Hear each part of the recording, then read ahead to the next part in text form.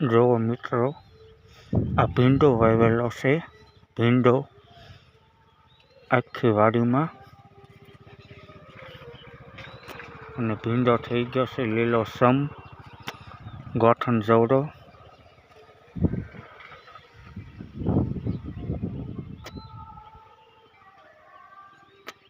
આખી વાડીમાં ભીંડો વાવેલો છે.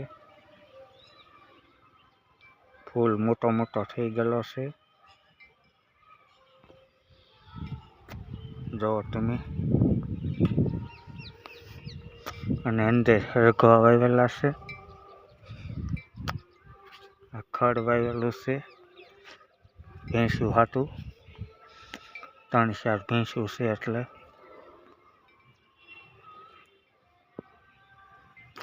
પોપૈયો જો મોટો જબર પોપૈયો થઈ ગયેલો છે.